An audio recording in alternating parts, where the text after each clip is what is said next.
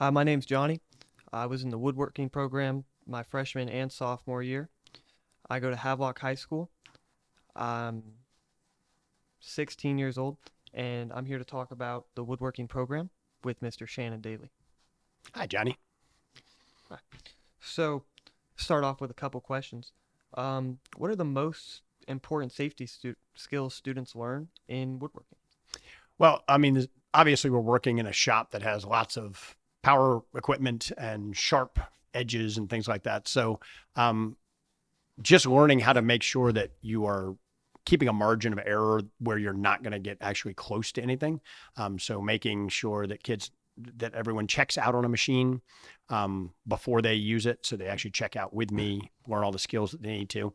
I observe them using the machine. And then the other one is making sure they always have a student spotter. So no one ever runs a machine without having someone who's their sole job is just to be in charge of safety. I think those are some great rules. It sounds like a lot of precision and a lot of work. What type of projects do these students build in your class? So starting out, students in my first year class learn how to make a phone stand. So it's just this little one piece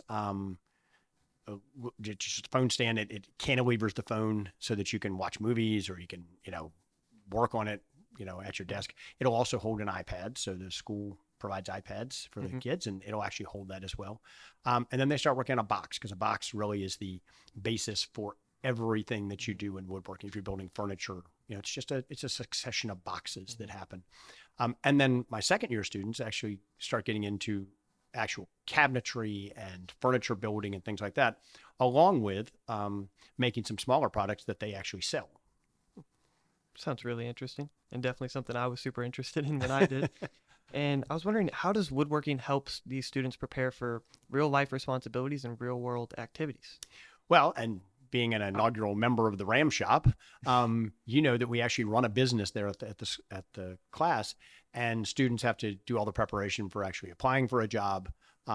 They write a resume, and then they start building up the business, and they actually design the business plan, the marketing plan, do cost analysis, then start doing some market analysis for pricing, find products because they run everything. So they actually come up with the products. I don't determine what products they're going to make.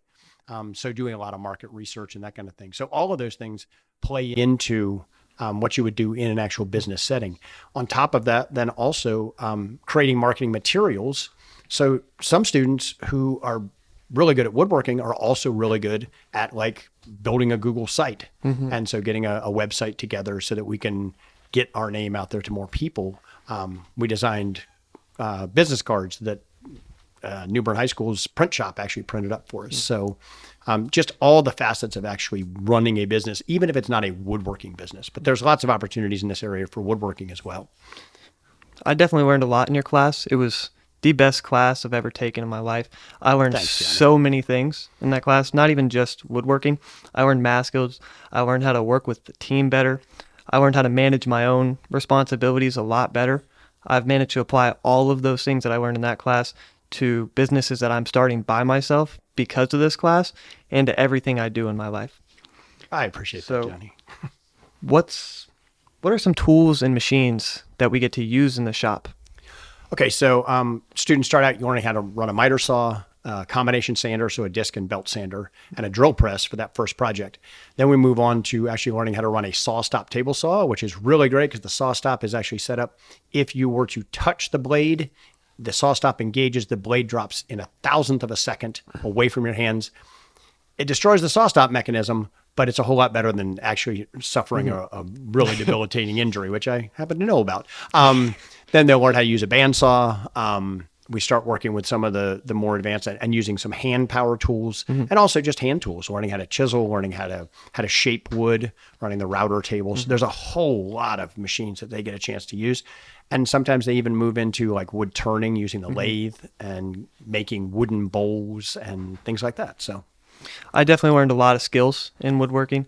I loved using the machines. It was great. We definitely had the best safety instructor I've ever had in my life.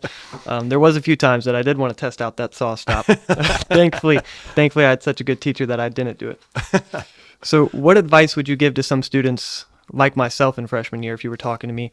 What advice would you want to give to those students to keep them in woodworking and keep them surrounded in the things that woodworking offers. I think you kind of hit on it there. One of the great things about that class is the collaboration. You know, we all as we move into life and we start working in jobs, very few of us are going to be working in isolation. We're going to be working with other people. So it really helps develop those interpersonal skills that allow people to work effectively, no matter what their job is. But I also think that woodworking pays off. I know that I've saved a lot of money in my life refurbishing houses by being able to do those kinds of things. That's really interesting and something I aspire to do later in life and that I've inspired to do with my friends.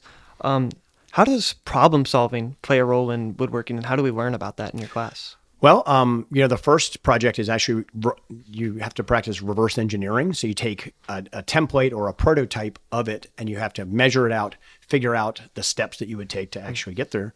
And you're also thinking about the machines that you just learned how to use to figure out, all right, so here's where I'm going to be using that machine. The second project, the box project, I don't give a design for it. I give a maximum surface area and a minimum volume, and students have to design what they want. And then they can start thinking about, well, how am I going to use this, or what would I like to add to this?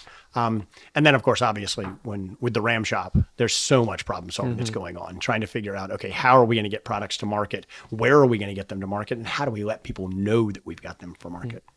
I love the problem solving aspect of that class. Loved every aspect of that class. So we've talked about a lot of the skills that you can get from woodworking. What are some things that can show off those skills, like the certifications that we can get and things that we can take to a job interview with us? Absolutely. And so we actually have a partnership with the Woodworking Career Alliance, WCA. And through that, second-year students actually can achieve their saw blade certification, which is actually a nationally recognized certification. It's the only organization that has a nationally recognized certification in woodworking.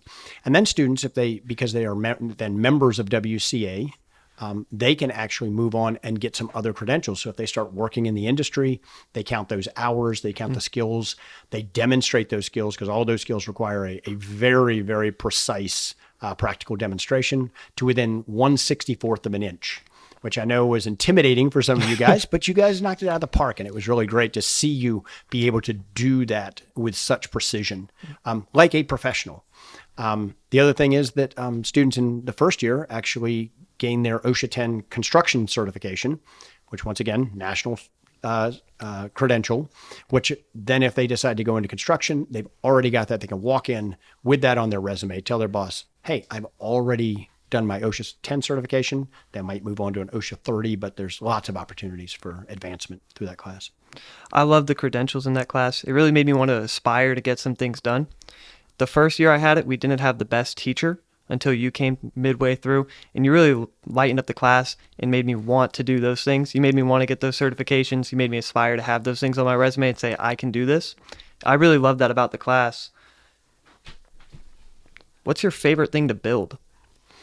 You know, I really like building furniture. I have built all types of furniture. My favorite is probably mission furniture, mission style furniture, or early American, just because I like to do a lot of work with hand tools, and both of those really lend themselves to using hand tools to do that. But that's probably my favorite thing. Now, for a really personal question here, what are some, if money wasn't an issue and materials was an issue, what would you want to be spending your life doing? You know, I would tell you that I wake up every single morning excited to go to work. I love working with high schoolers. I love working with teenagers, and I really love teaching them to do something that's outside of the what people expect in school. We get to be up and moving and problem solving and doing all those things, doing the math without it being, we're just doing math. We get to do everything. So honestly, I have my dream job. That's really cool to hear. I definitely had my dream class when I was in your class, and every morning when I woke up, I did not want to go to school, but third period definitely made it worth it. It was my favorite time of the day. I was always excited to be there. That's awesome. I'm so glad to hear that. It was amazing. It's been really great talking to you. I love talking about the program. Is there anything more you want to say about it? No, just that like I say, it's just such a great opportunity, and it's the students at Havelock have been amazing. I really feel blessed to actually be there and to be able to run a program like this. And so I look forward to more years of doing that. I know we're all blessed to have you as a teacher. And just like I tell every one of my friends, every freshman that I meet, they should definitely sign up for woodworking. Thanks, Johnny. I appreciate that. I appreciate you. All right. It's good talking to you. Good talking to you too, Mr. Daly.